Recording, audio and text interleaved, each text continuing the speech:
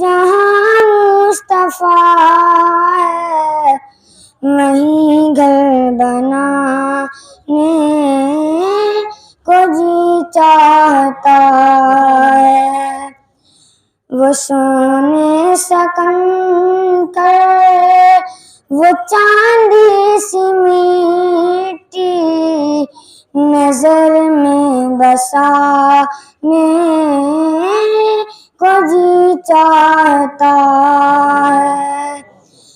جہاد محبت کی آواز گونجی، جہاد محبت کی آواز گونجی، کہاں حنظلہ نے وہ دلہن سے اپنی اجازت اگر ہو تو جان شہادت لبوں پر لگانے کو جی چاہتا ہے۔ جس کو قرآن نے یوں بیان کیا، سبحان الذی اسری بعبدہ لیلا من المسجد الحرام الی المسجد الاقصی الذی بارکنا حولہ لنریہ من آیاتنا انہ هو السمیع البصیر۔ تمام عیوب و نقائص سے پاک ہے وہ ذات جو رات کے مختصر حصے میں اپنے خاص بندے کو مسجد حرام سے مسجد اقصی کی طرف لے گئی، جس نے اسی مسجد اقصی کے اطراف و اکناف میں برکتوں کا نزول فرمایا تاکہ وہ اپنے اسی خاص بندے کو نشانیاں دکھائے۔ ترجمہ سمجھ رہے ہیں نا آپ؟ یہ ترجمہ جب آپ سمجھ لیں گے تو یقیناً بات آدھی سمجھ میں آ جائے گی۔ آگے فرمایا اِنَّهُ هُوَ السَّمِيعُ الْبَصِيرُ، بے شک وہ خوب سننے اور دیکھنے والا ہے۔ عزیزان محترم، سب سے پہلی بات یہ یاد رکھیں کہ حضور کو جو معراج ہوئی ہے، حضور کو جو معراج ہوئی ہے وہ معراج جسمانی معراج ہے، خواب کی معراج نہیں ہے نا۔ اب آپ کہیں اس کی دلیل کیا ہے؟ تو یہ بات یاد رکھیں کہ اللہ اس آیت کی ابتدا کس سے کر رہا ہے؟ اب چونکہ اس آیت میں موضوع کیا ہے، ٹاپک کیا ہے؟ حضور کے معراج کا تذکرہ ہو رہا ہے، حضور کے معراج کا تذکرہ ہو رہا ہے۔ تو اب چاہیے یہ تھا کہ اس معراج کے تذکرے کو، ذکر کو اللہ حضور ہی کے ذکر سے اور نام سے شروع کرتا، مگر اللہ نے ایسا نہیں کیا۔ اللہ نے کیا فرمایا؟ سبحان الذی، اللہ رب العزت نے اپنی کبریائی، اپنی بڑائی پہلے بیان کی، بعد میں محبوب کے معراج کے سفر کو بیان فرمایا ہے۔ المختصر، یہ سمجھیں ایسا کیوں کیا؟ پہلے اللہ نے اپنا ذکر کیوں کیا؟ وہ اسی لیے جو میں نے عرض کیا آپ سے کہ اللہ بتانا چاہ رہا ہے کہ اے لوگوں، یہ خیام خیالی میں نہ رہنا کہ حضور جو معراج میں گئے ہیں وہ خواب میں گئے ہیں۔ بات سمجھ رہے ہیں آپ میری؟ یہ خیام خیالی میں نہ رہنا کہ حضور کو جو معراج ہوئی ہے وہ خواب میں ہوئی ہے۔ یہ تو دیکھو کہ میں اس معراج کے واقعے کو اور ذکر کو اپنی کبریائی اور بڑائی سے اس کی ابتدا کر رہا ہوں، تو اب سمجھ جاؤ کہ جب میں اپنی بڑائی اور کبریائی سے کسی کلام کو شروع کرتا ہوں تو وہ کلام کوئی ہلکا کلام نہیں ہوتا۔ تو اب سمجھ جاؤ کہ جب کلام کی ابتدا میں اپنی کبریائی اور بڑائی سے کر رہا ہوں تو سمجھ جاؤ کہ اب محبوب کو جو معراج میں کرا رہا ہوں، یہ معراج منامی نہیں ہے، خواب کی معراج نہیں ہے، جسمانی معراج ہے۔ جسم سے بنفس نفیس، روح مع الجسد کے حضور اکرم صلی اللہ علیہ وسلم تشریف لے گئے۔ اسی لیے اللہ نے کیا فرمایا؟ سبحان الذی، اور سب سے پہلی بات، یہ تمہارے لیے مشکل ہے اور ناممکن ہے کہ تم پل بھر میں مسجد حرام سے مسجد اقصی پہنچ جاؤ. یہ تمہارے لیے ناممکن ہے. کیوں؟ اس لیے کہ تم انسان بے بس ہو، تم کمزور ہو، ناتواں ہو، تمہاری قدرت محدود ہے. مگر میری ذات تو یہ ہے کہ جہاں کمزوری نہیں، جہاں کوئی عیوب نہیں، کوئی نقائص نہیں، میں تمام عیوب و نقائص سے پاک ہوں. تو پہنچانے والی ذات اور معراج کرانے والی ذات اللہ فرما رہا ہے میری ہے. تو اب شک نہ کرنا کہ حضور کو جو معراج ہو رہی ہے وہ معراج منامی ہے، اس پر شک نہ کرو، ہے نا. یقین رکھو کہ حضور کو جو معراج ہے وہ جسمانی معراج ہو رہی ہے. سمجھ رہے ہیں عزیزان محترم؟ اس آیت مبارکہ کی مختصر تفسیر کی ہے ہم نے، ہے نا، تاکہ آپ کے ذہن و فکر میں یہ بات پہنچ جائے. اچھا، ایک بات قابل غور ہے جو میں بس کہہ کے بات ختم کر دوں گا. یاد رکھیں، معراج کا لفظ قرآن نے نہیں کہا ہے. میں نے جس آیت کریمہ کو تلاوت کیا، پورا قرآن آپ دیکھ لیں، حضور صلی اللہ علیہ وسلم جو سفر میں گئے ہیں اس سفر کو معراج قرآن نے کہیں نہیں کہا ہے.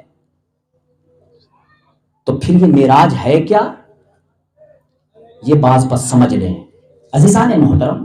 مسجد حرام سے مسجد اقصی تک کے سفر کو کہتے ہیں اسراء. کیا کہتے ہیں؟ اسراء. جس کو قرآن نے کہا سبحان الذی اسریٰ بعبدہ، ہے نا، سیر کے معنی میں آتا ہے. اسراء کس کے معنی میں آتا ہے؟ سیر کے معنی میں. جو رات کے مختصر حصے میں جس ذات نے اپنے خاص بندے کو سیر کرائی، کہاں سے؟ مسجد حرام سے مسجد اقصی. تو اب یہاں پر معراج کا ذکر نہیں، تو معراج ہم کیوں کہتے ہیں؟ اس کی دلیل سن لیں. تو مسجد حرام سے مسجد اقصی تک کے سفر کو کیا کہیں گے؟ اسراء. اب مسجد اقصی سے جو فوق السماوات جو حضور اکرم صلی اللہ علیہ وسلم نے سفر کیا ہے، پھر اس سے آگے سدرۃ المنتہا، پھر وہاں جب جبریل امیر رک گئے اور کہنے لگے حضور اب کوئی تاب نہیں میرے اندر کہ میں آگے جاؤں، تو یا رسول اللہ اب اگر میں بال کے برابر بھی آگے بڑھوں تو اللہ کے تجلی سے میرے سارے بالوں پر خاکستر ہو جائیں گے. یا رسول اللہ آپ یہاں سے تشریف لے جائیں، یہاں سے آگے کی منزل کو طے کرنا یہ آپ کی شان ہے. یا رسول اللہ آج سے پہلے کسی کی یہ شان نہ ہوئی کہ وہ سدرۃ المنتہا سے آگے جا سکے. یہ آپ کی شان ہے کہ قاب قوسین او ادنی اور لامقا کی منزل کو طے کریں آپ. تو اب جو مسجد اقصی سے قاب قوسین کی منزل کو جو طے کیا ہے، اس منزل کو کہتے ہیں معراج. اس منزل کو کیا کہتے ہیں عزیزان محترم؟ معراج. تو اب یہ معراج جب قرآن میں نہیں تو لفظ کیوں کہہ رہے ہیں؟ 45 سے زیادہ، 45 سے زائد جلیل القدر صحابی رسول نے معراج کے تذکرے کو ذکر کیا ہے، روایت کیا ہے نا، حدیث معراج کو روایت کیا، چونکہ وہ حد تواتر کو پہنچ جانے کی وجہ سے اب کوئی اس کا انکار نہیں کر سکتا. تو اب آپ سمجھ گئے، حضور نے فرمایا اعراج بی، مجھے اوپر اٹھایا گیا.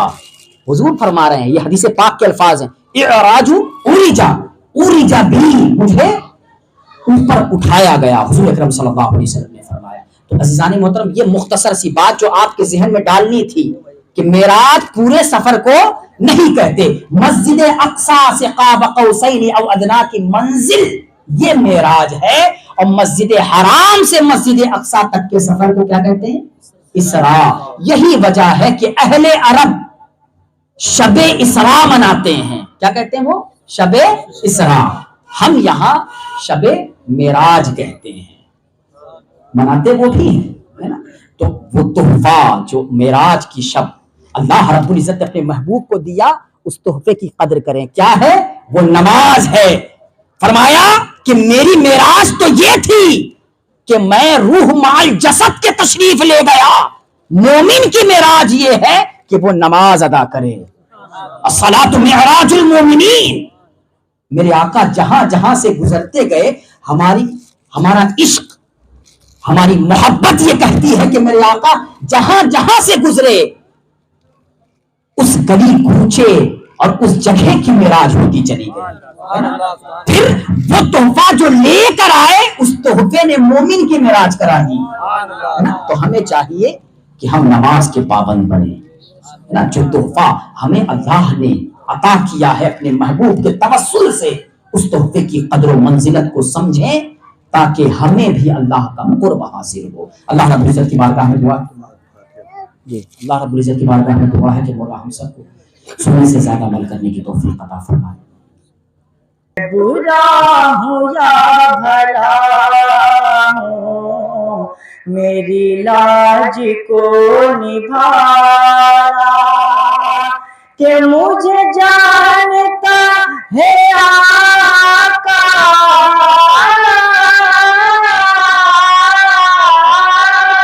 مجھے جانتا ہے آقا مجھے جانتا ہے آقا تیرے نام سے زمانہ، میں برا ہوں یا بھلا ہوں میری لاج کو نبھانا، میں برا ہوں یا بھلا ہوں میری لاج کو نبھانا. اور چوکھٹ پہ آ گیا ہوں سرکار آج سن لو، چوکھٹ پہ آ گیا ہوں سرکار آج سن لو، میری دکھ بھری کہانی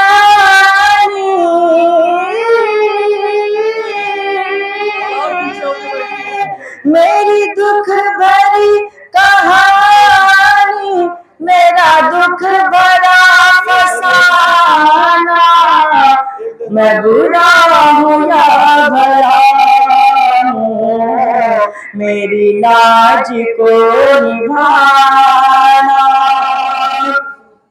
اور تیری عاشقی سے پہلے تیری عاشقی سے پہلے مجھے کون جانتا تھا، تیری عاشقی سے پہلے مجھے کون جانتا تھا، تیرے عشق نے بنا دی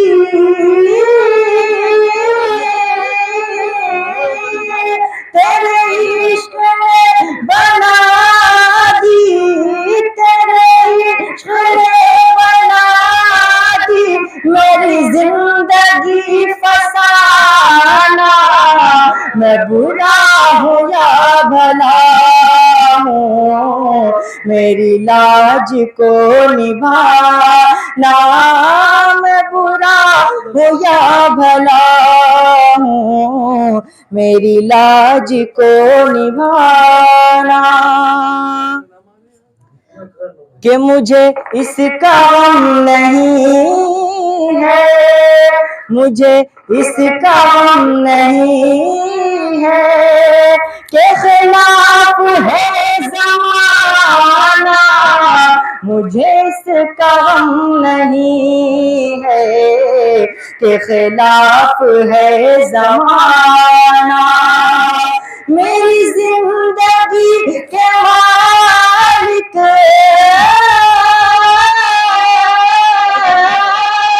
میری زندگی کے مالک میری زندگی کے مالک کہیں تم بدل نہ جانا، میں برا ہوں یا بھلا ہوں میری لاج کو نبھانا، میں برا ہوں یا بھلا ہوں میری لاج کو نبھانا.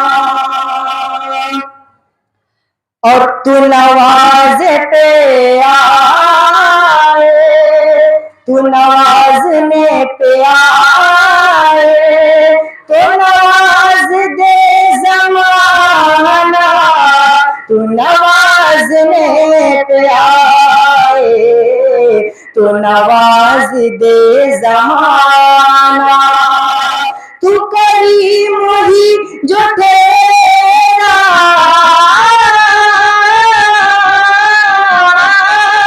تو کریم ہی جو تیرا، تو کریم ہی جو تیرا، تو کرم کا کیا ٹھکانا، میں برا ہوں یا بھلا ہوں، میری لاج کو نبھانا، میں برا ہوں یا بھلا ہوں، میری لاج کو نبھانا، اور میرا جی نہیں ہے لگتا، میرا جی نہیں ہے لگتا، تیرے بن یہاں پہ رہتے، میرا جی نہیں ہے لگتا، تیرے بن یہاں پہ رہتے، سرکار اب بلا لو،